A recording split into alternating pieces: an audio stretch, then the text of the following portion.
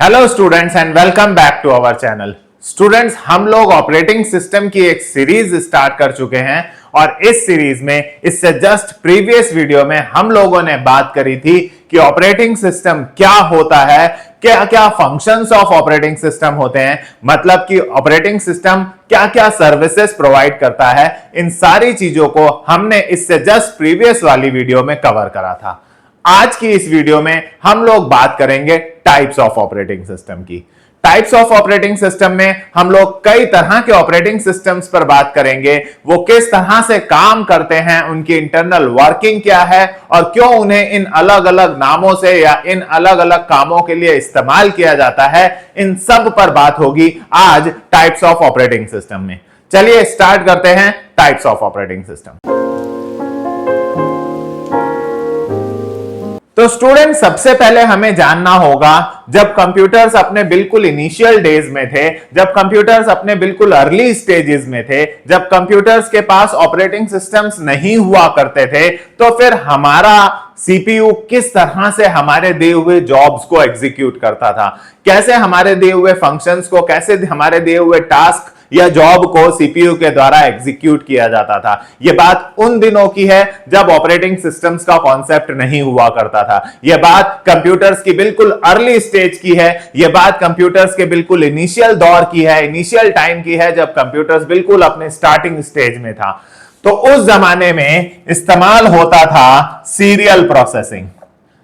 Guys, ये बात मैं आपको पहले ही क्लियर कर दूं कि सीरियल प्रोसेसिंग ऑपरेटिंग सिस्टम के टाइप में नहीं आता। This is not the type of operating system. लेकिन टाइप्स ऑफ ऑपरेटिंग सिस्टम को समझने से पहले हमें उसकी इनिशियल स्टेज को समझने की जरूरत होगी, क्योंकि धीरे धीरे हम लोग उस नीड को समझने की कोशिश करेंगे। हम सिर्फ डेफिनेशंस पढ़कर आगे नहीं बढ़ जाना चाहते हैं। हम समझेंगे कि अगर एक ऑपरेटिंग सिस्टम के बाद दूसरा ऑपरेटिंग सिस्टम आया तो ऐसे पहले में क्या प्रॉब्लम्स थी, या इस कोई चीज पहले से चल रही है तो उसके क्या ड्रॉबैक्स थे जिनकी वजह से सेकंड इंट्रोड्यूस हुआ, सेकंड में क्या ड्रॉबैक्स थे जिनको ओवरकम करने के लिए थर्ड इंट्रोड्यूस हुआ। तो मैं आपको सीरियल वाइज एक एक ऑपरेटिंग सिस्टम के बारे में, उसकी वर्किंग के बारे में, उसके आर्किटेक्चर के बारे में बताऊंगा, एज वेल एज उसमें क्या प्रॉब्लम्स थी जो दूसरे ने ओवरकम करी। एक एक करके सारे ऑपरेटिंग सिस्टम पर बात करते हुए चलेंगे। तो सबसे पहले हम इस सीरीज में बात करने वाले हैं सीरियल प्रोसेसिंग पर। फिर से मैं याद दिला दूं कि यह टाइप ऑफ ऑपरेटिंग सिस्टम नहीं है। ये वो दौर है जब इनिशियल डेज ऑफ कंप्यूटर्स था, अर्ली स्टेजेस ऑफ कंप्यूटर था। In initial days of computers के इनिशियल डेज में, अपने शुरुआती अर्ली स्टेज भी लिख सकते हैं आप लोग, राइट, कोई ऑपरेटिंग सिस्टम नहीं हुआ करता था। नो ऑपरेटिंग सिस्टम को मैं शॉर्ट फॉर्म में ओएस लिख रहा हूं। उस टाइम पर कोई ऑपरेटिंग सिस्टम नहीं था। तो जब ऑपरेटिंग सिस्टम नहीं था तो आखिर टास्क बोल लीजिए, जॉब बोल लीजिए, ये वर्ड बार बार मैं रिपीट करूंगा तो आप समझ जाएं। कोई भी टास्क जब हम सीपीयू को देते थे एग्जीक्यूट करने के लिए तो कैसे दिया जाता था।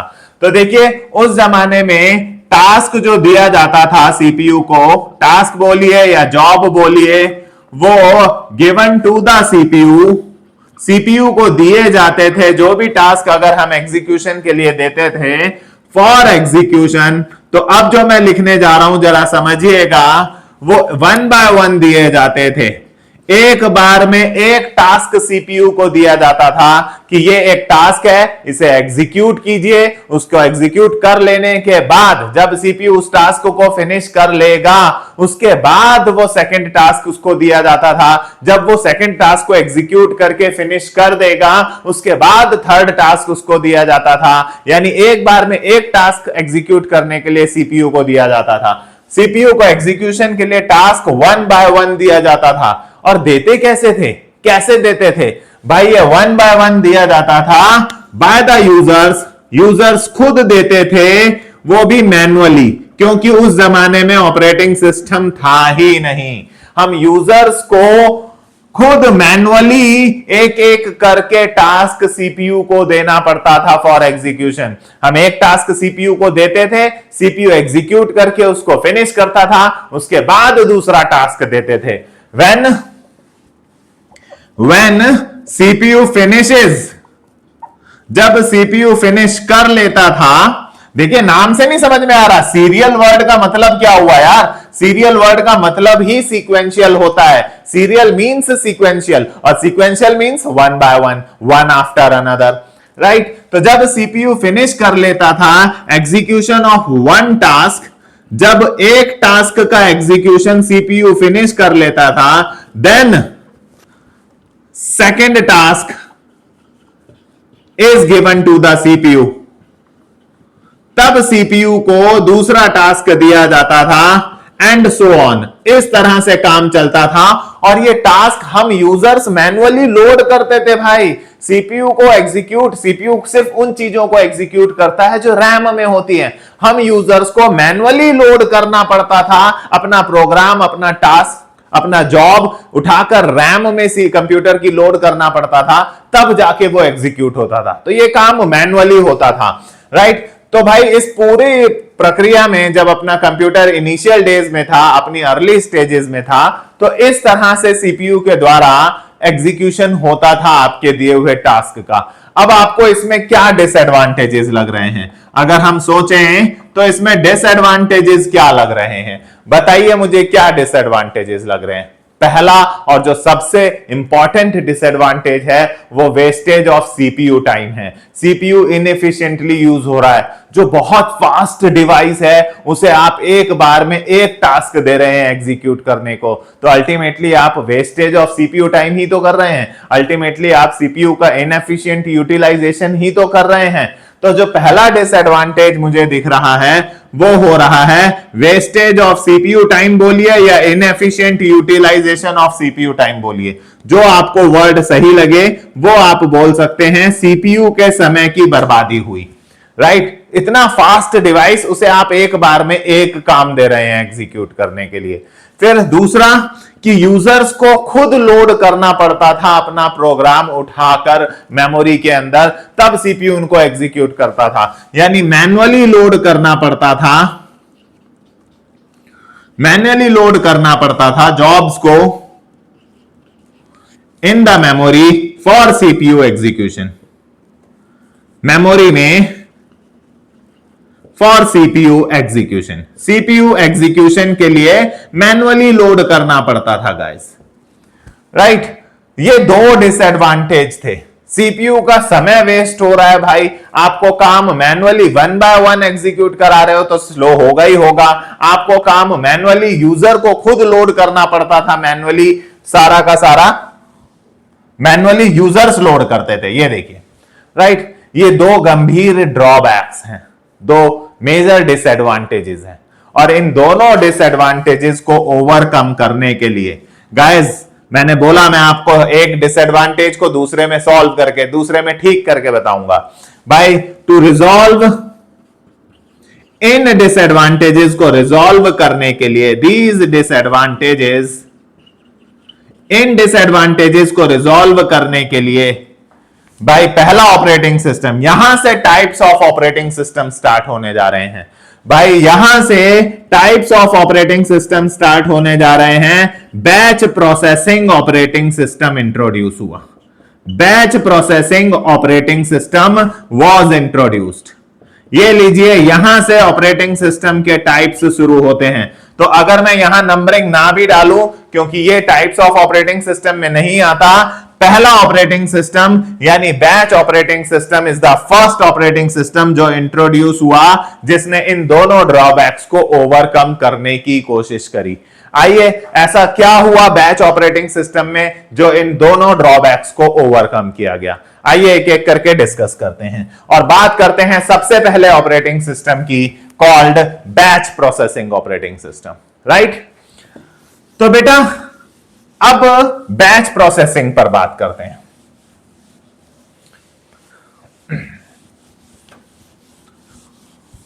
तो the first type of operating system is batch processing operating system. सबसे पहला, अगर इसका मतलब समझने की कोशिश करते हैं, इसका मीनिंग समझने की कोशिश करते हैं कि आखिर बैच प्रोसेसिंग का मतलब क्या है। देखिए, बैच वर्ड क्या यूज होता है, कहां यूज होता है बैच वर्ड? हम अपनी रियल लाइफ से कनेक्ट करने की शुरू करते हैं। हम कहीं स्कूल में पढ़ते हैं, हम कहीं कोचिंग में पढ़ते हैं, हम कहीं ट्यूशंस में पढ़ते हैं, तो वहां पर हम लोग एक बैच में पढ़ते हैं। बैच बोला क्यों जाता है, उसे क्यों बोला जाता है? जहां 10 बच्चे मिलकर एक सब्जेक्ट पढ़ रहे होते हैं उसे आप एक बैच क्यों बोलते हैं? बैच हम वहां वर्ड यूज करते हैं जहां पर बहुत सारे लोग हों, यानी मल्टीपल चीजें हों और उन सब का पर्पस एक हो। अगर आप मैथ्स का बैच बोल रहे हैं तो उस बैच में अगर 10 स्टूडेंट्स बैठे हैं तो वो 10 के 10 स्टूडेंट्स जो हैं वो मैथ्स पढ़ रहे हैं, उन सबका एक इंटरेस्ट है मैथ्स पढ़ने का, राइट? अगर उसमें से आधे बच्चे साइंस के लिए और कुछ बच्चे मैथ्स के लिए हैं तो वो एक सिंगल बैच नहीं माना जाएगा। आप खुद बोलेंगे, आप सोचिए, आप खुद बोलेंगे कि यार यहां तो ये दो बैच हैं, एक साइंस का बैच बैठा हुआ है और एक मैथ्स का बैच बैठा हुआ है, दोनों एक साथ पढ़ रहे हुए हैं। गाइस, बैच का मतलब अगर वहां पर मल्टीपल, बैच वर्ड का मतलब मल्टीपल आइटम्स होता है, राइट? लेकिन उन सब का गोल, उन सब का मोटिव, उन सब का पर्पस एक होना चाहिए, सिंगल पर्पस होना चाहिए। वही कॉन्सेप्ट यहां पर लगाया गया। इन्होंने कहा कि ऐसे टास्क जिनको, जो सिमिलर पर्पस के लिए हो, ऐसे जॉब्स जिनका गोल एक हो, जिनका पर्पस एक हो, ऐसे जॉब्स को, ऐसे टास्क को कलेक्ट कर लिया जाएगा और उनका एक बैच बना लिया जाएगा और वो पूरा बैच सीपीयू को दिया जाएगा एग्जीक्यूशन के लिए। प्रोसेसिंग मतलब तो एग्जीक्यूशन ही है, प्रोसेसिंग मतलब तो एग्जीक्यूशन ही है। जैसा कि प्रोसेसर प्रोसेसिंग करता है, सीपीयू प्रोसेसिंग करता है। तो यहां पर इस वर्ड का अगर हम मीनिंग देखें तो यहां पर एक बैच बनाया जाने लगा और एक बैच दिया जाने लगा for processing. A batch of jobs is given to the CPU for execution। CPU को एक बैच दिया जाने लगा। हालांकि इसमें बैच वर्ड का मीनिंग भी अगर आप ऐड कर दें तो आपका थोड़ा सा और मीनिंगफुल बन जाएगा। एक बैच का मतलब होता है it is a group of similar jobs, ऐसे टास्क, टास्क बोल लीजिए, जॉब्स बोल लीजिए, ऐसे टास्क या ऐसी जॉब्स जिन, जो एक जैसी हो। आपने एमएस वर्ड में प्रिंट की कमांड दे दी, आपने ब्राउजर में प्रिंट की कमांड दे दी, आपने एक्सेल में प्रिंट की कमांड दे दी, आपने 3 कमांड दी हैं, प्रिंट प्रिंट प्रिंट, वर्ड में, एक्सेल में और ब्राउजर में। ये तीनों प्रिंट कमांड है, यानी तीनों का पर्पस, तीनों का गोल एक है। 3 जॉब्स हैं ये, प्रिंट वर्ड को, प्रिंट एक्सेल से, प्रिंट ब्राउजर से। 3 अलग अलग टास्क हैं। टास्क अलग क्यों हैं? क्योंकि एक को वर्ड में प्रिंट आउट चाहिए, एक को ब्राउजर का प्रिंट आउट चाहिए, एक को एक्सेल का प्रिंट आउट चाहिए। 3 अलग अलग जॉब्स हैं, बट गोल है एक, प्रिंट आउट, यानी प्रिंटर को यूज करना है। तो ऐसी जॉब्स जो डिफरेंट जॉब्स हैं, वर्ड की हैं, एक्सेल की हैं, ब्राउजर की हैं, बट उनका गोल एक हो, ऐसी जॉब्स को ही इकट्ठा कर देता था। और इकट्ठा कर लिया, 3 जॉब्स कलेक्ट हो गई, 3 जॉब्स कलेक्ट हो गई, तो अब सीपीयू को पूरा बैच दिया जाएगा एग्जीक्यूट करने के लिए। तो कहां आप एक बार में एक टास्क दे रहे थे कि पहला चला ले, जब फिनिश कर लेगा तब दूसरा देंगे, दूसरा चला ले, जब फिनिश कर लेगा तो तीसरा देंगे। वो नहीं हो रहा। अब हमने 3 टास्क का पूरा एक बैच बनाकर सीपीयू को दे दिया। सीपीयू पहले से ज्यादा बिजी रहने वाला है, क्योंकि एक बार में उसे एक मल्टीपल जॉब्स मिल रही हैं करने को। तो सीपीयू अब इन्वॉल्व रहेगा, बिजी रहेगा, मोर सीपीयू यूटिलाइजेशन होगा सीरियल प्रोसेसिंग के कंपैरिजन में। आप इसको सिंपली अगर ऐसे समझें कि अगर मेरे को 5 बच्चों का एक तरफ मैं 5 बच्चों को मैथ्स पढ़ा रहा हूं, एक साथ 5 बच्चों को मैथ्स पढ़ा रहा हूं, बच्चे पांचों अलग अलग हैं, 5 जॉब हैं मेरे पास, 5 लोग हैं मेरे पास जो मुझसे मैथ्स पढ़ना चाहते हैं। मैंने उनको कलेक्टिवली एक बैच में बुलाया और एक साथ 5 को मैथ्स पढ़ा दिया। 1 आवर में मैंने 5 लोगों को मैथ्स पढ़ाया, राइट? वहीं दूसरी तरफ जो पहले मैं कर रहा था कि पहले बेटा 1 घंटा आप आ जाओ, 1 आवर आप पढ़ जाओ, उसके बाद सेकंड बच्चा आ जाना, 1 आवर आप पढ़ लेना, उसके बाद थर्ड बच्चा आना, 1 आवर। वही काम मुझे 5 आवर्स लगेंगे करने में। तो जो काम मैंने उनका बैच बनाकर 1 घंटे में कर लिया, वही काम 1 बाय 1 करने में मुझे 5 आवर्स लगते। This is the time saving, right? So basically यहां पर इन्होंने कहा कि अगर सिमिलर टाइप की जॉब्स आ रही हैं, अगर आ रही हैं तो उन जॉब्स को इकट्ठा करिए, उन जॉब्स को कलेक्ट करके बैचेस बनाइए और उस बैच को एक बार में सीपीयू को दीजिए। सीपीयू उस बैच का एग्जीक्यूशन करेगा। जब सीपीयू को एक बैच में 3 जॉब, 4 जॉब, 5 जॉब मतलब मल्टीपल जॉब्स मिलेंगी, तो कम से कम उस फंडे से तो बचेगा जो पहले होता था कि एक बार में एक जॉब मिलेगी। तो अब यहां सीपीयू, जैसे मैंने बोला 5 बच्चों को मैं एक साथ पढ़ा रहा हूं, तो ऑब्वियसली 5 लोगों का जॉब मैंने एक साथ कर दिया, rather than one by one करने के। तो यहां सीपीयू का समय, सीपीयू की इन्वॉल्वमेंट ज्यादा होने लगी, सीपीयू ज्यादा बिजी रहने लगा as compare to serial processing. So batch processing में सिमिलर जॉब्स या सिमिलर टास्क का ग्रुप, एक बैच, ग्रुप को ही तो बैच बोलते हो आप, एक बैच बन जाने लगा और ये बैच सीपीयू को दिया जाने लगा फॉर एग्जीक्यूशन। अब हमारे मन में कई क्वेश्चंस उठेंगे, हमारे मन में कई क्वेश्चंस उठेंगे। सबसे पहले कि यार ये बैच बनाएगा कौन, पहला क्वेश्चन, राइट। मैंने बोला मैं आपको सब कुछ बताने वाला हूं, इन डेप्थ बताने वाला हूं, कुछ भी याद नहीं करना पड़ेगा। समझिए, इससे डिटेल्ड एक्सप्लेनेशन आपको नहीं मिलने वाला है। आखिर ये बैच बनाएगा कौन, क्योंकि इससे पहले तो यूजर खुद उठाकर अपनी जॉब लोड कर रहा था। उस ड्रॉबैक को ओवरकम कैसे किया, कौन यहां पर बैच बनाएगा, कौन उठाकर रैम में लोड करेगा। एक दूसरे क्वेश्चन का हमें आंसर तो मिल गया कि वहां वेस्टेज ऑफ सीपीयू टाइम हो रही थी, यहां पहले से बेहतर हैं आप, राइट। तो देखिए यहां पर एक प्रोग्राम आया, क्योंकि ये ऑपरेटिंग सिस्टम है गाइस, और ऑपरेटिंग सिस्टम है क्या, ऑपरेटिंग सिस्टम क्या है गाइस, ऑपरेटिंग सिस्टम है तो एक सॉफ्टवेयर ही, और सॉफ्टवेयर क्या होता है, सॉफ्टवेयर तो बेसिकली कलेक्शन ऑफ प्रोग्राम्स होता है, राइट, कलेक्शन ऑफ प्रोग्राम्स होता है सॉफ्टवेयर, ठीक है जी। तो अगर मैं कलेक्शन ऑफ प्रोग्राम्स कह रहा हूं तो ये भी एक ऑपरेटिंग सिस्टम है, इसके अंदर भी बहुत सारे प्रोग्राम्स की कलेक्शन होगी। तो भाई इसके पास, बैच प्रोसेसिंग ऑपरेटिंग सिस्टम के पास एक प्रोग्राम था जिसका नाम था, प्रोग्राम है called resident monitor, resident monitor. ये एक प्रोग्राम था, right, batch processing operating system के पास। अब इस प्रोग्राम का काम क्या है, क्या काम है इसका, right, it has the responsibility, इसके पास रेस्पॉन्सिबिलिटी थी किस चीज की, किस चीज की।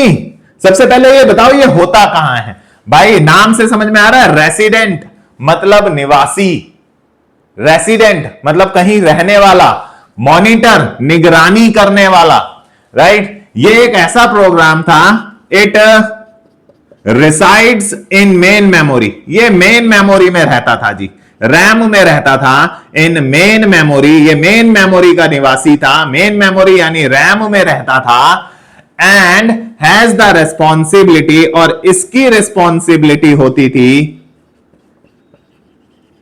क्या रिस्पॉन्सिबिलिटी थी जी इसकी, इसकी रिस्पॉन्सिबिलिटी थी to create batch of similar jobs. लीजिए, सिमिलर जॉब्स को पहचानना, सेम टाइम के जितना काम आ रहा है, जितना काम आ रहा है, गाने बजने के लिए आ रहे हैं, पहला सॉन्ग आया, दूसरा सॉन्ग आया, प्रिंटिंग का काम आ रहा है, पहला काम आया, दूसरा काम आया, तो जो सॉन्ग्स आ रहे हैं उनका अलग बैच बना रहा है, जो प्रिंटिंग का काम आ रहा है उनका अलग बैच बना रहा है। बैच बनाने का काम, to create batch of similar jobs, similar jobs का बैच बनाने का काम इसका था। सिर्फ इतना ही नहीं, यही लोड करता था आपके बैच को इनटू द मेन मेमोरी। अब यूजर को जो वो वहां ड्रॉबैक था, जो सीरियल प्रोसेसिंग का ड्रॉबैक था कि यूजर को, उस जमाने में यूजर को मेन मेमोरी में अपना प्रोग्राम खुद लोड करना पड़ता था, वो ड्रॉबैक खत्म, क्योंकि यहां पर रेसिडेंट मॉनिटर, इस ऑपरेटिंग सिस्टम का एक हिस्सा, एक प्रोग्राम ये काम करने लगा, वो बैच भी बना रहा है सिमिलर जॉब्स का, और बैच को उसके बाद लोड भी कर रहा है इनटू द मेन मेमोरी, ताकि सीपीयू उसको एग्जीक्यूट कर सके, main memory for execution. CPU उसको एग्जीक्यूट कर सके, ये काम लीजिए। पीछे वाली समस्याएं तो सॉल्व हो गई यार। पीछे तो हमने दो प्रॉब्लम्स पढ़ी थी कि सीपीयू इनएफिशिएंट यूटिलाइज हो रहा था, वेस्टेज हो रही थी टाइम सीपीयू की, और दूसरा हमने देखा था कि वहां पर यूजर को मैनुअली लोड करना पड़ रहा था। मैनुअल प्रॉब्लम को इसने सॉल्व कर दिया। मल्टीपल जॉब्स एक साथ सीपीयू को दी जा रही हैं, एक समय वो मल्टीपल जॉब्स में इन्वॉल्व हो पाएगा, करेगा। CPU is a sequential device, आज भी वो करता है, लेकिन उसके पास आज भी वो 1 बाय 1 ही करता है, बट उसके पास काम तो पहुंच रहा है इतना सारा। तो भाई ये होने लगा। अब बैच मेन मेमोरी में जाकर लोड कर दिए जाते थे रेसिडेंट मॉनिटर के द्वारा, ठीक है। अब भाई बहुत अच्छा लग रहा होगा आपको बैच ऑपरेटिंग सिस्टम, आपको लग रहा होगा वाह इसने तो सारी समस्याएं ही खत्म कर दी। नहीं भाई, अभी इसके भी कुछ डिसएडवांटेज हैं जो आपको पढ़ने होंगे। सिर्फ एडवांटेजेस मत देखिए, अगर एडवांटेजेस मैं बोलूं तो बेटर सीपीयू यूटिलाइजेशन हो गया। ये सारे एडवांटेजेस ही समझिए एक तरह से। बेटर सीपीयू यूटिलाइजेशन हो गया then serial processing. Serial processing से बेटर हो गया सीपीयू यूटिलाइजेशन। चलिए ये बात तो समझ में आई, राइट। लेकिन कुछ डिसएडवांटेज भी हैं जिन पर हमें बात करनी होगी, जरा ध्यान से सुनिएगा। कुछ डिसएडवांटेजेस भी हैं। सबसे पहला यहां पर जरा समझिएगा ड्रॉबैक जो मैं बताने जा रहा हूं आपको, इसका ड्रॉबैक जरा डिसएडवांटेज समझिए। ये रही आपकी मेन मेमोरी। मेन मेमोरी मतलब रैम। ये रही आपकी रैम। इसका पहला ड्रॉबैक समझाने जा रहा हूं, जरा ध्यान से समझिएगा। ये रही रैम। आपको पता ही है कि रैम का एक एरिया जो है वो ऑपरेटिंग सिस्टम अपने लिए रखता है, क्योंकि ऑपरेटिंग सिस्टम भी तो रैम में लोड होता है। Until unless operating system RAM में नहीं जाएगा तो ये सब रेसिडेंट मॉनिटर नहीं जाएगा, ऑपरेटिंग सिस्टम नहीं जाएगा, तब तक ये ऑपरेटिंग सिस्टम वाले काम करेगा कौन? देखिए, सीपीयू के द्वारा सिर्फ उन प्रोग्राम्स का एग्जीक्यूशन किया जाता है जो रैम में होते हैं। जो भी प्रोग्राम्स रैम में लोडेड होते हैं, सिर्फ सिर्फ सीपीयू उन्हीं प्रोग्राम्स को एग्जीक्यूट करता है जो रैम में लोडेड होते हैं, राइट। तो भाई ऑपरेटिंग सिस्टम एक ऐसा प्रोग्राम है जिसका एग्जीक्यूशन तो हर पल हर समय सीपीयू के द्वारा होना चाहिए। इसीलिए सब ऑपरेटिंग सिस्टम तो रैम में ऑलवेज बैठा रहता है कि भाई तुम कुछ करो या ना करो, चलाओ या ना चलाओ, अगर कंप्यूटर चल रहा है तो मुझे जरूर चलाओ, ताकि मैं कंप्यूटर के सारे हार्डवेयर, सारे सॉफ्टवेयर रिसोर्सेज, सब चीजों को संभाल सकूं। तो चाहे कुछ चले या ना चले, उस समय भी ऑपरेटिंग सिस्टम तो चल ही रहा होता है सीपीयू के द्वारा। कंप्यूटर ऑन है तो इसका मतलब ऑपरेटिंग सिस्टम मेन मेमोरी में लोडेड है, और ऑपरेटिंग सिस्टम मेन मेमोरी में लोडेड है तो उसका एग्जीक्यूशन सीपीयू द्वारा हो रहा है, और सीपीयू द्वारा उसका एग्जीक्यूशन हो रहा है तो वो अपने काम कर रहा है। तो एक हिस्सा तो रैम का ऑपरेटिंग सिस्टम द्वारा ऑक्यूपाइड होता ही है, क्योंकि वो चलेगा तभी बाकी सब काम चलेंगे। सबसे इंपॉर्टेंट, सबसे क्रूशियल पार्ट यही होता है। दूसरा हिस्सा बैच प्रोसेसिंग ऑपरेटिंग सिस्टम के जमाने की बता रहा हूं। दूसरा हिस्सा जो था, ये वाला हिस्सा, ये हमारे लिए रखा जाता था कॉल्ड यूजर प्रोग्राम्स के लिए। यूजर प्रोग्राम के लिए एक हिस्सा ऑपरेटिंग सिस्टम को दे दिया, रैम का दूसरा हिस्सा यूजर के प्रोग्राम्स के लिए होता था। हम यूजर्स के लिए डेडिकेटेड रहता था। अब हुआ क्या, बैच प्रोसेसिंग के टाइम पर जब आपने कोई बैच बनाया तो भाई वो बैच एग्जीक्यूट होने के लिए मेन मेमोरी में गया। जब रेसिडेंट मॉनिटर ने कोई बैच क्रिएट करा, उस बैच में कई जॉब्स थी, वो बैच जाकर, ये रही जॉब्स, वो बैच जाकर मेन मेमोरी में लोड हो गया। अब आप एक एग्जाम्पल के तौर पर समझिए, मान लीजिए सपोज करते हैं कि ये मेरी 512 MB की रैम है, 512 MB की रैम है, मान लीजिए सपोज। अब इस 512 MB में से मान लेता हूं 112 MB पर 112 MB पर ऑपरेटिंग सिस्टम इंस्टॉल हो गया। हमारे यूजर प्रोग्राम्स के लिए कितना एरिया बचा? हमारे यूजर प्रोग्राम्स के लिए एरिया बचा 400 MB। हमारे यूजर प्रोग्राम्स के लिए 400 MB बचा। अब जब आपने, अभी मैंने बोला कि आपने ब्राउजर में प्रिंट कमांड दी, आपने एमएस वर्ड में प्रिंट कमांड दी, आपने एक्सेल में प्रिंट कमांड दी, तो ऑपरेटिंग सिस्टम के इस चमचे ने, ऑपरेटिंग सिस्टम के इस अंडर काम करने वाले प्रोग्राम ने आपकी उन सिमिलर जॉब्स का इकट्ठा करके एक बैच बनाया, और वो बैच ले जा करके, क्योंकि वो लोड भी कर देता है, उसने मेन मेमोरी में लोड कर दिया। अब मान लीजिए सपोज आपका ये जो बैच है जिसमें आपकी ये जॉब्स रखी हुई हैं, इसका साइज है 250 MB। 250 MB। देखिए पूरी रैम 512 MB की है, जिसमें से 112 मैंने मान लिया ऑपरेटिंग सिस्टम ऑक्यूपाई कर गया, बाकी बचा 400 MB हमारे जॉब के लिए, हमारे बैच के लिए था। उसमें जो हमारा जो बैच बना, उस बैच का साइज है 250 MB। तो कितना स्पेस वेस्टेज हो रहा है, कितना स्पेस वेस्ट हो रहा है? 400 MB का आपके लिए स्पेस था, आपका बैच अगर 250 MB का है तो भाई 150 MB वेस्ट हो जाएगा। 150 MB हमारे सिनेरियो में, मेरे इस एग्जाम्पल में वेस्ट हो रहा है। अब आप सोच रहे होंगे कि सर वेस्ट क्यों हो रहा है? क्या ऐसा नहीं हो सकता, क्या ऐसा नहीं हो सकता कि ऑपरेटिंग सिस्टम के इस रेसिडेंट मॉनिटर ने अगर कोई दूसरा बैच बनाया, तो वो बैच भी आकर, वो बैच अगर मान लीजिए छोटा है, आपके पास कितना स्पेस है? 150 MB स्पेस है, और अगर ऑपरेटिंग सिस्टम ने दूसरा जो बैच बनाया वो 100 MB का है, तो क्या वो 100 MB वाला बैच आकर बाकी बचे हुए स्पेस में लोड नहीं हो सकता? क्या 150 MB का जो स्पेस हमारे पास बचा हुआ है, उसमें से 100 MB में बाकी का दूसरा बैच आकर लोड नहीं हो सकता? तो जवाब सुन लीजिए, जवाब है नहीं, नहीं हो सकता। क्योंकि बैच प्रोसेसिंग ऑपरेटिंग सिस्टम के जमाने में मेन मेमोरी के यूजर पार्ट्स वाले प्रोग्राम, यूजर प्रोग्राम्स वाले एरिया में एट ए टाइम सिर्फ और सिर्फ एक ही बैच लोड हो पाता था, एक ही batch at a time load हो पाता था। चीजें एकदम से स्टेप बाय स्टेप इवॉल्व होती हैं। ऐसा नहीं है कि जहां पहले आप एक बार में एक जॉब करवा पा रहे थे, अब कम से कम मल्टीपल जॉब्स का एक बैच तो पहुंचा। ऐसा नहीं कि चीजें एकदम से यहां आ गई, यहां स्टेप बाय स्टेप इवॉल्व हो रही हैं। तो एक बार में एक बैच लोड हो पाता था। This is called single partition system. ये कॉन्सेप्ट कहलाता है जहां पर सिर्फ एक पार्टीशन यूजर प्रोग्राम्स के एरिया को मिलता था, और इसमें अगर आपका एक बैच लोड हो गया तो उस बैच का साइज अगर अवेलेबल स्पेस से कम भी है तो बाकी का सारा स्पेस वेस्ट रहेगा। At a time only one batch is allowed to load into this user program area of main memory. बाकी का सारा वेस्ट, दूसरा बैच लोड हो ही नहीं सकता था। सो भाई यहां पर भी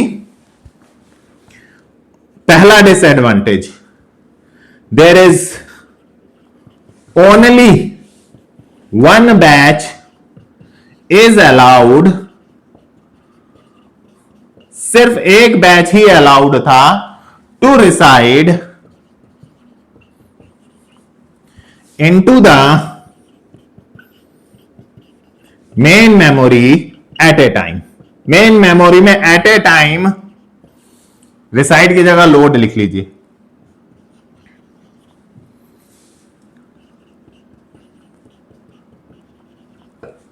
हेंस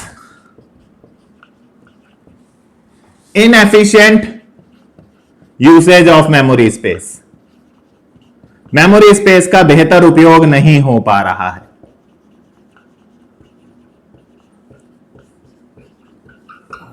पहला ड्रॉबैक। दूसरे ड्रॉबैक पर अगर हम बात करें तो दूसरा, अगर सीपीयू ने एक बैच का एग्जीक्यूशन करना स्टार्ट कर दिया, अगर सीपीयू ने एक बैच को रन करना शुरू कर दिया, उसके अंदर लिखी हुई जॉब्स को एग्जीक्यूट करना शुरू कर दिया, तो आपके, यानी आप मतलब हम यूजर्स का कंट्रोल उस बैच पर से खत्म। अगर सीपीयू के पास एक बैच पहुंच गया एग्जीक्यूशन के लिए, तो अब आप उस बैच को रोक नहीं सकते। अब वो बैच आपके कंट्रोल में नहीं है। You cannot cancel, you cannot pause, you cannot abruptly, you cannot suddenly stop that batch execution. आप नहीं रोक सकते। सीपीयू अब उसको फिनिश करके खत्म करके ही मानेगा। ऐसा पुराने टाइम पर होता था। अगर एक बैच सीपीयू के पास पहुंच गया फॉर एग्जीक्यूशन, तो उसकी जॉब्स जब तक वो फिनिश नहीं कर लेगा तब तक वो उसे नहीं छोड़ेगा। That batch is not in your control while CPU is executing that batch. तो अगर एक बैच सीपीयू के पास पहुंच गया एग्जीक्यूट होने, उसकी जॉब से सीपीयू चलाने लगा, तो अब आपका कंट्रोल खत्म। ना आप उसे पॉज कर सकते हैं, ना आप उसे बंद कर सकते हैं, nothing, right? No control on batch execution. Batch के एग्जीक्यूशन पर आपका कोई कंट्रोल नहीं था, राइट? तीसरी चीज, कभी कभी बैचेस बनने में समय लग जाता है। एक रियल लाइफ एग्जांपल से समझते हैं। मान लीजिए मेरे पास एक बच्चे ने अप्रोच करा कि सर मुझे आपसे जावा पढ़नी है। मैंने कहा ठीक है बेटा, कुछ दिन वेट कर, बैच बनेगा, आपको इन्फॉर्म करूंगा। 2-4 दिन बाद एक दूसरे बच्चे ने मुझसे अप्रोच किया कि सर मुझे आपसे जावा पढ़नी है। मैंने कहा कुछ दिन वेट कर। ऐसे ही कुछ बच्चों ने और अप्रोच करा। ऐसे करते करते करते करते 15 दिन बीत गए। 15 दिन बाद मैंने बैच उन सारे बच्चों को बुलाकर बैच स्टार्ट करा। टाइम नहीं लग गया यार, इतने दिन में खाली भी तो रहा, 15 डेज में खाली भी तो रहा, मेरे पास काम नहीं था, मैंने बैच का बनने का वेट करा। यानी सीपीयू यहां भी वेस्टेज हो रहा है। कई बार मल्टीपल जॉब्स होंगी नहीं, तब तक बैच बनेगा कैसे, राइट? तो यहां भी आप ये नहीं कह सकते भाई, आज की डेट में भी आप ऐसा नहीं कह सकते। आज करंट डे में भी आप क्राइसिस से जूझ रहे हैं। आज भी हमारे पास ऐसे सॉफ्टवेयर्स नहीं है जो सीपीयू का 100% यूटिलाइजेशन कर ले जाते हो, राइट? तो भाई यहां पर भी still inefficient usage of CPU. अभी भी सीपीयू टाइम उतना बेहतर नहीं इस्तेमाल हो पा रहा था।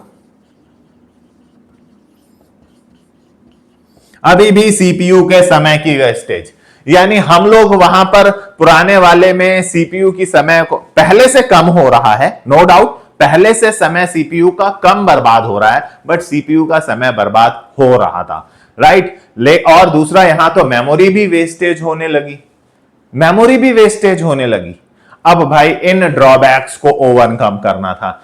इन ड्रॉबैक्स को ओवरकम करने के लिए सेकंड ऑपरेटिंग सिस्टम आया भाई, सेकंड ऑपरेटिंग सिस्टम आया गाइस। इन सभी ड्रॉबैक्स को ओवरकम करने के लिए, इन ड्रॉबैक्स को ओवरकम करने के लिए नंबर 2 ऑपरेटिंग सिस्टम जो आया, that is multi programming operating system.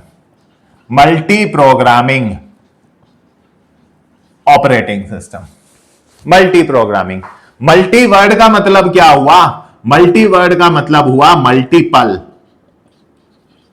और प्रोग्रामिंग में से खाली एक वर्ड निकालो ना, प्रोग्राम्स।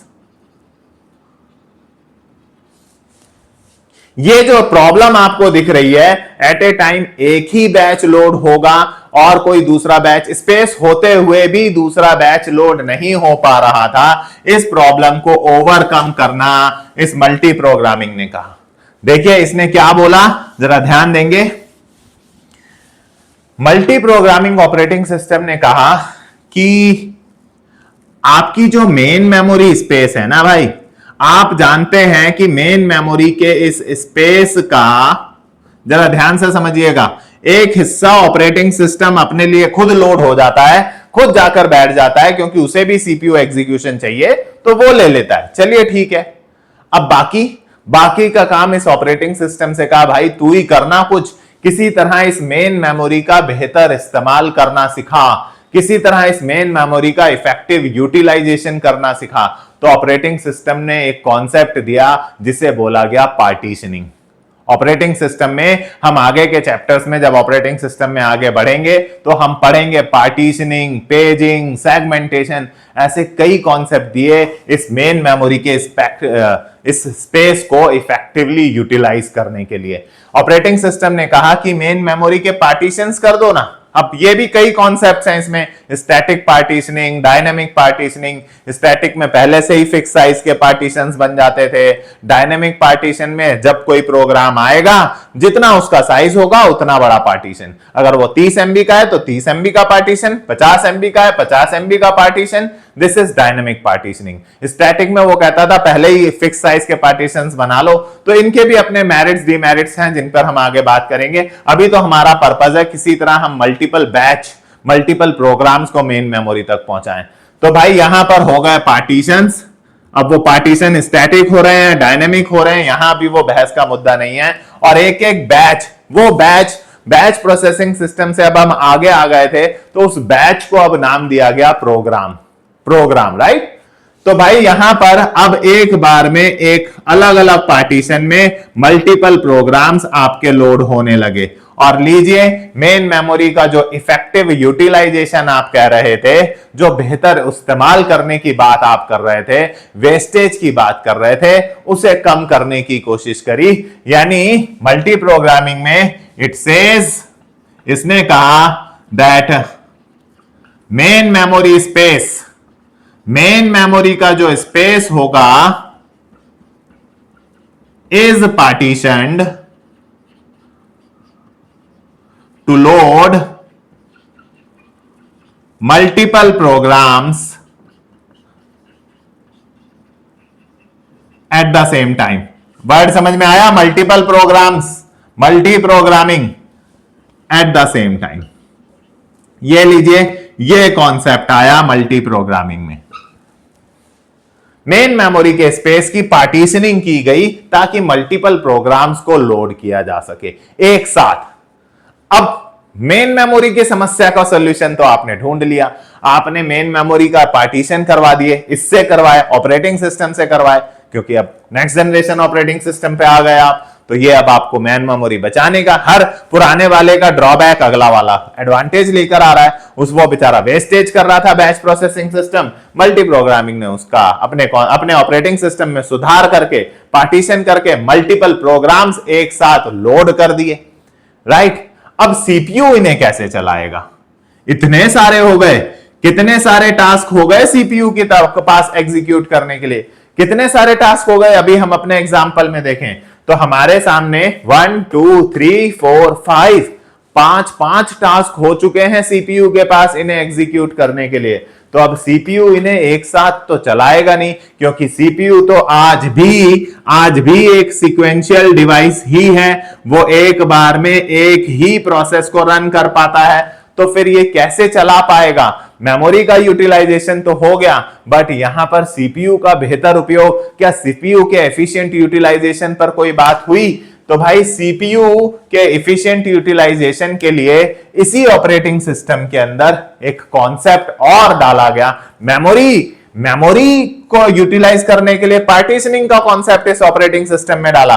याद करिए लास्ट वीडियो में कहा था हमारी मेमोरी के, हमारे कंप्यूटर के सारे हार्डवेयर, सारी मेमोरी, सारे इनपुट आउटपुट डिवाइसेस, सबका मैनेजर होता है ऑपरेटिंग सिस्टम। तो कर तो रहा है, मेन मेमोरी का स्पेस बचाने के लिए इसमें पार्टीशंस आ गए। अब सीपीयू को बिजी करने के लिए इस ऑपरेटिंग सिस्टम के अंदर एक प्रोग्राम और डाला गया। That program is called scheduler. वो शेड्यूलर प्रोग्राम जितने भी यहां लोडेड हैं प्रोसेसेस, 5 हैं आपके सामने, इन सब का एक शेड्यूल बना कर देगा कि पहले किसको, फिर किसको, फिर किसको, फिर किसको। वो उसके कई पैरामीटर्स हैं, उनकी कुछ एल्गोरिथम्स हैं, हम चैप्टर 2 में पढ़ेंगे, जिन्हें हम शेड्यूलिंग एल्गोरिथम्स कहते हैं। उन शेड्यूलिंग एल्गोरिथम्स के बिहाफ पर ऑपरेटिंग सिस्टम का वो जो शेड्यूलर प्रोग्राम है वो डिसाइड करता था कि पहले कौन चलेगा, बाद में कौन चलेगा। एक प्रॉपर शेड्यूल बनाकर सीपीयू को देने लगा और सीपीयू उसी ऑर्डर में चीजों को चलाने लगा। यानी अगर मान लेते हैं कि शेड्यूलर ने एक शेड्यूल बनाकर दिया कि भाई पहले P2 को चलाओ, फिर P1 को चलाना, फिर P4 को चलाना, फिर इधर लिख लेते हैं, पहले सपोज P4 को चलाओ, फिर P1 को चलाना, फिर P3 को चलाना, फिर P2 को चलाना, फिर OS को चलाना। ये मान लीजिए शेड्यूलर ऑपरेटिंग सिस्टम का एक प्रोग्राम है, इसने एक शेड्यूल बनाकर दिया टू द सीपीयू।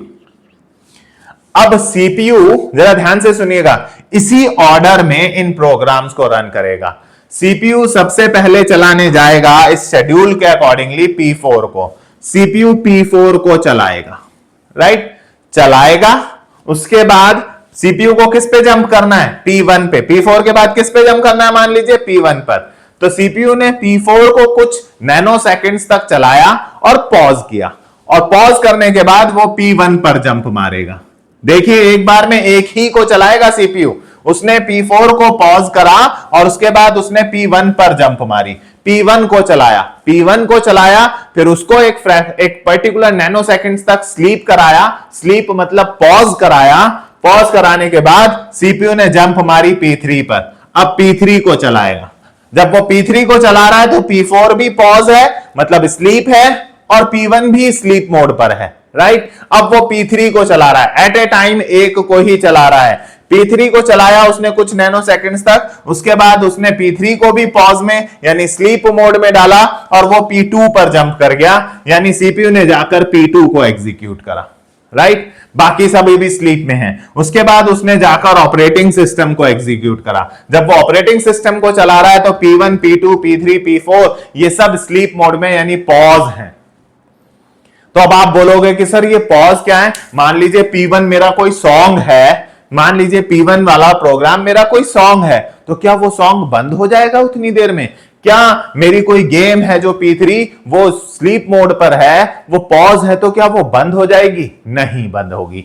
ये बेटा सीपीयू की स्पीड है कि वो इस ऑर्डर में आपके शेड्यूल्स को, आपके प्रोसेसेस को, आपके प्रोग्राम्स को चलाएगा, बट वो इतनी तेजी से इनके बीच में जंप करेगा कि आपको लगेगा कि ये सारे एक साथ चल रहे हैं। हम आज भी इस गलत फहमी में रहते हैं कि हमारा सॉन्ग, हमारा एमएस वर्ड, हमारा ब्राउजर, ये सारी चीजें एक साथ चल रही हैं। No, CPU is still a sequential device. वो एक बार में एक ही प्रोग्राम को, एक ही प्रोसेस को चलाता है, बट वो उनके बीच में इतनी तेजी से जंप करता है। इसको चलाया, पॉज किया, इसको चलाया, पॉज किया, इसको चलाया, पॉज किया। This is what the CPU speed is. वो उनके बीच में इतनी तेजी से चलाता है, जंपिंग करता है, चलाता है, पॉज, चलाता है, पॉज, चलाता है, पॉज, इतनी तेजी से जंप करता है, एक सेकंड में ये जंप लाखों बार हो जाती है। This is the CPU speed. और मैं कह रहा हूं एक सेकंड में लाखों बार, तो आप कैसे पकड़ लेंगे इसको? हम और आपके लिए तो ये पॉसिबल ही नहीं है कि इस जंप को हम क्रैक कर सकें,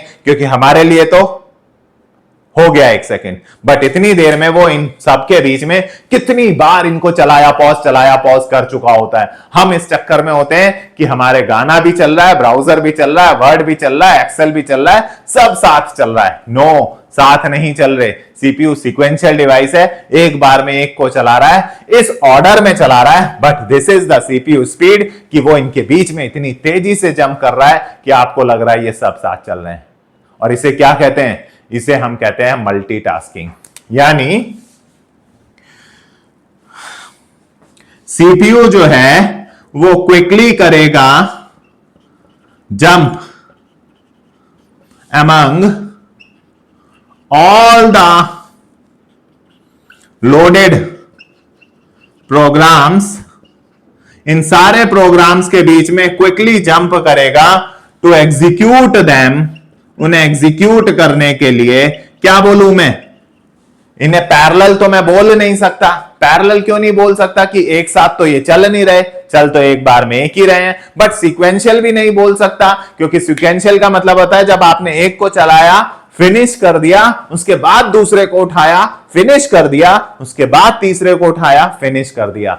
तो यार ये पैरेलल एग्जीक्यूशन भी नहीं है कि सबको एक साथ चला रहा है। ये सीक्वेंशियल भी नहीं है कि एक को फिनिश करा, फिर दूसरे को फिनिश करा, फिर तीसरे को। ये वो भी नहीं है, क्योंकि यहां फिनिश तो हुआ ही नहीं। वो इनके बीच में इतनी तेजी से जंप करा रहा है बिना फिनिश करे। स्लीप, इसको चलाया, इसको स्लीप, इसको चलाया, इसको स्लीप, इसको चलाया, इसको स्लीप, इतनी तेजी से जंप कर रहा है। तो भाई हमें इसको कोई टर्म देना होगा, तो हम कहते हैं इन कॉन्करेंट मैनर।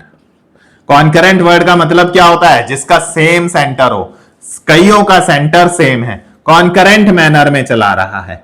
और गाइस इसे कहते हैं, बहुत सारे लोग कंफ्यूज रहते हैं, मल्टी प्रोग्रामिंग और मल्टीटास्किंग में क्या फर्क है। This is called multitasking. ये है भाई मल्टीटास्किंग, इसे कहते हैं मल्टीटास्किंग। मल्टी प्रोग्रामिंग और मल्टीटास्किंग में फर्क समझिए। मल्टीटास्किंग सीपीयू कर रहा है, मल्टीपल टास्क्स के बीच में जंप कर करके किस ऑर्डर में जंप करेगा वो ऑर्डर ये शेड्यूलर बताएगा। ये ऑर्डर बताता है कि किस ऑर्डर में सीपीयू जंप करेगा। ये शेड्यूलर ऑपरेटिंग सिस्टम का प्रोग्राम है जो बताता है कि किस ऑर्डर में जंप करेगा। सीपीयू उनके बीच में जंप कर करके उन्हें चला रहा है, पॉज कर रहा है, चला रहा है, स्लीप करा रहा है। This is what multitasking is. तो मल्टीटास्किंग सीपीयू कर रहा है, मेन मेमोरी में हो रही है मल्टी प्रोग्रामिंग मेन मेमोरी का कॉन्सेप्ट है, मल्टीटास्किंग सीपीयू का कॉन्सेप्ट है। This is the difference between multitasking and multi programming. और हमारे जितने भी मॉडर्न डेज ऑपरेटिंग सिस्टम है, चाहे वो विंडोज हो, चाहे वो जितने भी मॉडर्न डेज ऑपरेटिंग सिस्टम चल रहे हैं, सब में ये कॉन्सेप्ट अप्लाई होता है। सो मल्टी प्रोग्रामिंग के एडवांटेजेस अगर हम देखें तो एडवांटेजेस में हम बेटर यूटिलाइजेशन ऑफ सीपीयू देख पा रहे हैं, सीपीयू का बेहतर इस्तेमाल हो रहा है, right. Better utilization of main memory space,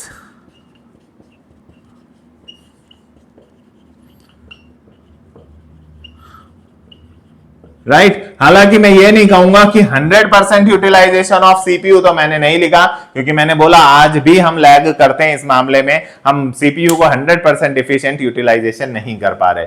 तो भाई मल्टी प्रोग्रामिंग ऑपरेटिंग सिस्टम का अगर एग्जांपल बोलूं तो आप विंडोज ले सकते हैं, लिनक्स ले सकते हैं, ये सारे के सारे मल्टी प्रोग्रामिंग है जो मेन मेमोरी का पार्टीशन करके ही लोड करते हैं, राइट। तो पुराने वाले ड्रॉबैक्स यहां कम होते जा रहे हैं, सीपीयू का बेहतर यूटिलाइजेशन हो पा रहा है पुराने से ज्यादा, मेमोरी का भी बेहतर यूटिलाइजेशन, वो जो बैच प्रोसेसिंग में वेस्टेज हो रही थी उससे बेहतर हमारा यहां यूसेज हो पा रहा है। तो ये था मल्टी प्रोग्रामिंग ऑपरेटिंग सिस्टम, यानी टाइप्स ऑफ ऑपरेटिंग सिस्टम में सेकेंड टाइप। गाइस यहां पर हमें ऑपरेटिंग सिस्टम्स की ये जो बेसिक प्रॉब्लम्स थी वो हमारी सॉल्व हो गई। अब यहां से आगे जितने ऑपरेटिंग सिस्टम्स आए, मल्टी प्रोग्रामिंग के बाद जितने भी ऑपरेटिंग सिस्टम्स आए वो सब अलग अलग एरिया वाइज आए, डोमेन स्पेसिफिक आए, एक्सपर्टीज एरिया वाइज आए, मेरा कहने का मतलब है। फॉर एग्जाम्पल अगर हम बात करें, अगर हम आगे चलें तो बेटा थर्ड ऑपरेटिंग सिस्टम, देखिए ध्यान दीजिएगा, थर्ड ऑपरेटिंग सिस्टम जो आया वो आया, अब चीजें ठीक हो गई हैं, स्टेबल हो गई हैं, बेहतर हो गई हैं, बट अब एक्सपर्ट ऑपरेटिंग सिस्टम आने लगे। भाई नेटवर्किंग के लिए, स्पेशली नेटवर्किंग करने के लिए ऑपरेटिंग सिस्टम आया, नेटवर्क ऑपरेटिंग सिस्टम। भाई डिस्ट्रीब्यूटेड एनवायरनमेंट में जहां सीपीयू टाइम डिस्ट्रीब्यूटेड हो रहा है उसके लिए अलग से एक ऑपरेटिंग सिस्टम आया, डिस्ट्रीब्यूटेड ऑपरेटिंग सिस्टम। भाई वो जो रियल टाइम एनवायरनमेंट होते हैं जहां हम एरोप्लेन का ट्रैफिक कंट्रोल कर रहे हैं, सैटेलाइट लॉन्चिंग कर रहे हैं, मिसाइल लॉन्चिंग कर रहे हैं, जहां आउटपुट बहुत क्विक चाहिए, रिजल्ट बहुत जल्दी चाहिए, करेक्ट आउटपुट चाहिए, उन सिनेरियोस के लिए जो ऑपरेटिंग सिस्टम बने वो रियल टाइम ऑपरेटिंग सिस्टम, यानी अब एक्सपर्ट ऑपरेटिंग सिस्टम्स आने लगे। जैसी जरूरत है नेटवर्क बनाना है तो network operating system, scientific areas में यूज करना है जहां क्रिटिकल टाइम चाहिए, टाइम लिमिट में आपको आउटपुट चाहिए, टाइम देकर डेडलाइंस में आउटपुट चाहिए, करेक्ट आउटपुट चाहिए, real time operating system. Time sharing करनी है, कई सारे लोगों का काम एक साथ सीपीयू से करवाना है, टाइम शेयरिंग ऑपरेटिंग सिस्टम। यहां मल्टी प्रोग्रामिंग के बाद जो भी ऑपरेटिंग सिस्टम आए वो डोमेन स्पेसिफिक आए। डोमेन स्पेसिफिक मतलब अपने अपने एरिया के एक्सपर्ट्स ऑपरेटिंग सिस्टम आने लगे। फॉर एग्जांपल जैसे थर्ड ऑपरेटिंग सिस्टम की मैं बात करूं तो वो है मल्टी प्रोसेसर ऑपरेटिंग सिस्टम। ये देखिए इसमें मल्टी प्रोग्रामिंग का कोई ड्रॉबैक नहीं है, मैंने बोला अब ड्रॉबैक पीछे खत्म, बात हो गई। यहां पर हम area wise, expert area wise operating system बनाने लगे। ये देखिए मल्टीपल प्रोसेसर्स, ये मल्टी मतलब मल्टीपल, जैसा अभी मैंने आपको बताया, प्रोसेसर मतलब सीपीयू। अरे मल्टीपल सीपीयू, ये मैं क्या कह रहा हूं? अरे सर हम लोगों के कंप्यूटर में, हमारे लैपटॉप में, हमारे डेस्कटॉप में तो सिर्फ एक ही सीपीयू होता है, उसमें कोर होती हैं 4, तो क्वाड कोर कह देते हैं, ऑक्टा कोर कह देते हैं अगर 8 कोर है, लेकिन सीपीयू तो सर एक ही लगा होता है, उसमें कोर मल्टीपल हो जाती हैं जो एग्जीक्यूशन फास्ट कर लेती हैं। बट सीपीयू तो एक ही लगता है। आप कह रहे हैं मल्टीपल सीपीयू। जी हां, मल्टीपल सीपीयू, ऐसे कंप्यूटर्स जिनकी स्पीड बहुत तेज होती है क्योंकि उनमें एक ही कंप्यूटर में मल्टीपल सीपीयूज लगे हुए हैं। सीपीयू 1 लगा हुआ है, सीपीयू 2 लगा हुआ है, सीपीयू 3 लगा हुआ है, सीपीयू 4 लगा हुआ है। ये देखिए, मल्टीपल सीपीयू एक ही कंप्यूटर में लगे हुए हैं, एक ही कंप्यूटर में, राइट। और ये सारे आप चाहें तो इन सब के लिए अलग अलग रैम भी लगा सकते हैं। हम लोग इसको डिटेल में पढ़ाते हैं, एक सब्जेक्ट है कॉल्ड पैरेलल कंप्यूटिंग, वहां हम पढ़ाते हैं टाइटली कपल्ड या शेयर्ड मेमोरी सिस्टम। अभी के लिए आप समझें कि एक ही मेन मेमोरी है जिसे सब लोग यूज भी कर रहे हैं।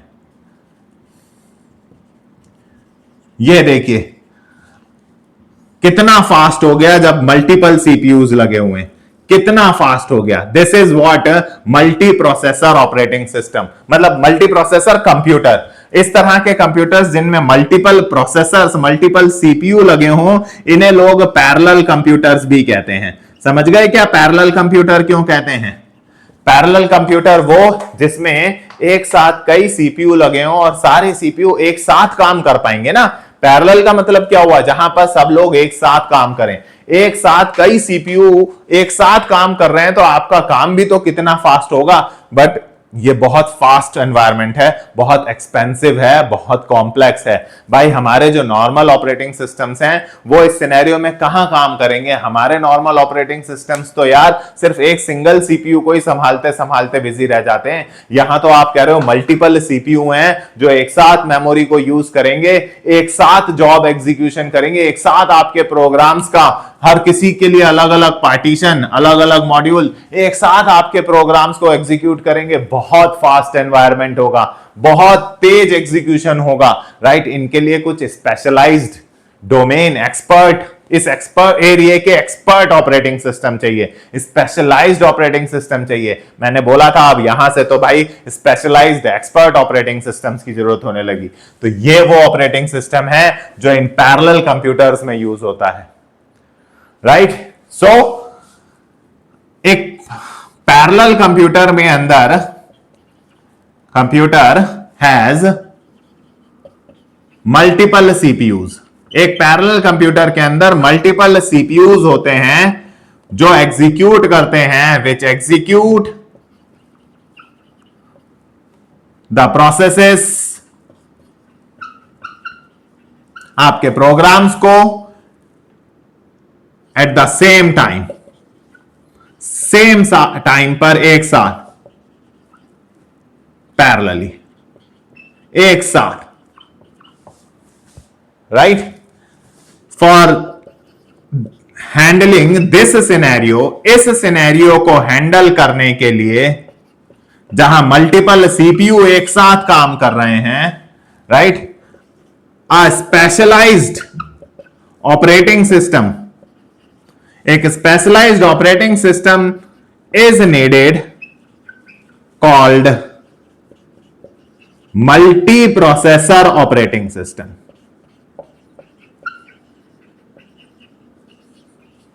मल्टी प्रोसेसर ऑपरेटिंग सिस्टम जरूरत पड़ती है भाई। ये वो ऑपरेटिंग सिस्टम है, इट कैन हैंडल, ये सारे मल्टीपल सीपीयूज को हैंडल कर लेता है। मल्टीपल या execution done by multiple CPUs, multiple CPUs द्वारा जो भी एग्जीक्यूशन हो रहा है ये उन्हें हैंडल कर लेगा। ये हैंडल कर लेगा कि ये सारे मिलकर एक मेमोरी को शेयर करें सिंगल मेन मेमोरी, या अगर अलग अलग भी लगी हैं तो उनको भी यूज करें। इतना ही नहीं, इन सीपीयूज को अगर आपस में एक दूसरे के साथ तालमेल बनाना हो किसी टास्क को एग्जीक्यूट करने के लिए, तालमेल को क्या कहते हैं हम? Synchronization, right. वो भी ये देख लेता है। इनको अगर आपस में बातचीत करनी हो, बातचीत मतलब कम्युनिकेशन, सब देख लेता है भाई ये। इन प्रोसेसर्स के बीच में अगर कम्युनिकेशन हो वो भी ये हैंडल कर लेता है। इनके बीच में जो भी कम्युनिकेशन होगा ये ऑपरेटिंग सिस्टम करवा देगा। किसी टास्क को एग्जीक्यूट करने के लिए अगर इन्हें आपस में एक दूसरे के साथ सिंक्रोनाइजेशन, तालमेल बनाना हो, कोऑर्डिनेशन बनाना हो, तो वो भी ये ऑपरेटिंग सिस्टम कर देगा। ये सब वो क्यों कर रहा है? क्योंकि वो स्पेशलाइज इसी काम के लिए तो बना है भाई। ये ऑपरेटिंग सिस्टम ऐसा कभी नहीं करता कि किसी एक पे वर्कलोड डाल दे, बाकियों पे वर्कलोड डाले ही ना। यानी फेयर जॉब या वर्कलोड बैलेंस, सब पर वर्कलोड बैलेंस भी ये फेयर रखता है। सब पर वर्कलोड बैलेंस फेयर रखता है। यानी ऐसा नहीं कि किसी एक सीपीयू पर ज्यादा काम डाल दिया, बाकियों पर कम काम डाला। वर्कलोड बैलेंस भी ये फेयरली डिस्ट्रीब्यूट करता है, राइट। तो भाई ये बिल्कुल एक्सपर्ट है इस डोमेन के लिए। तो domain specific expert specialized operating systems आने शुरू हो गए। Multi processor operating system is one of them. ये इस पैरेलल कंप्यूटिंग एनवायरनमेंट के लिए, मल्टी प्रोसेसिंग एनवायरनमेंट के लिए इस्तेमाल किया जाने वाला ऑपरेटिंग सिस्टम था, राइट। आइए आगे बात करते हैं। इसके बाद और भी ऑपरेटिंग सिस्टम्स आए बच्चों। इसके बाद जो ऑपरेटिंग सिस्टम था वो फोर्थ था नेटवर्क ऑपरेटिंग सिस्टम। नेटवर्क पर अगर आप अपने कंप्यूटर्स यूज कर रहे हैं उसके लिए। फिर आया distributed operating system. Distributed operating system, right. Distributed environment में जहां एक टास्क को मल्टीपल सीपीयूज के बीच में बांट कर एग्जीक्यूट किया जाता था। डिस्कस करेंगे अभी आगे, आपको बताऊंगा। देन फिर आया रियल टाइम ऑपरेटिंग सिस्टम, जिसे आरटॉस के नाम से भी लोग जानते हैं। एंड देन आया number 7 time sharing operating system. Total हमें 7 तरह के ऑपरेटिंग सिस्टम पढ़ने थे, जिसमें से 3 हमने आज पढ़े, एज वेल एज हमने उसकी अर्ली स्टेजेस, यानी अर्ली स्टेजेस का मतलब जहां हम लोगों ने सीरियल प्रोसेसिंग पर बात करी, राइट। तो guys in 4 operating system, in 4 specialized operating system पे अगर मैं इन्हें बोलूं कि ये हार्डवेयर आर्किटेक्चर पर आधारित है, तो इन 4 आर्किटेक्चर या स्पेशलाइज्ड एक्सपर्ट ऑपरेटिंग सिस्टम्स पर बात करेंगे नेक्स्ट वीडियो में। आज की वीडियो में इतना ही। आई होप आप लोगों को यहां तक का सारा ऑपरेटिंग सिस्टम समझ में आया होगा। इससे जस्ट नेक्स्ट पार्ट में हम इन 4 ऑपरेटिंग सिस्टम्स पर बात करेंगे, एक एक करके इन चारों को समझेंगे कि आखिर ये चारों किस किस डोमेन के एक्सपर्ट हैं और किन किन सिनेरियोज में इन स्पेशलाइज्ड ऑपरेटिंग सिस्टम की जरूरत पड़ती है। आज की वीडियो में यहीं तक। बाकी के 4 ऑपरेटिंग सिस्टम पर बात करेंगे नेक्स्ट वीडियो में। अगर हमारी वीडियो पसंद आई हो तो हमारी वीडियो को लाइक जरूर करें, अपने फ्रेंड्स के साथ शेयर करें और हमारे चैनल को सब्सक्राइब करना ना भूलें। Thank you for watching.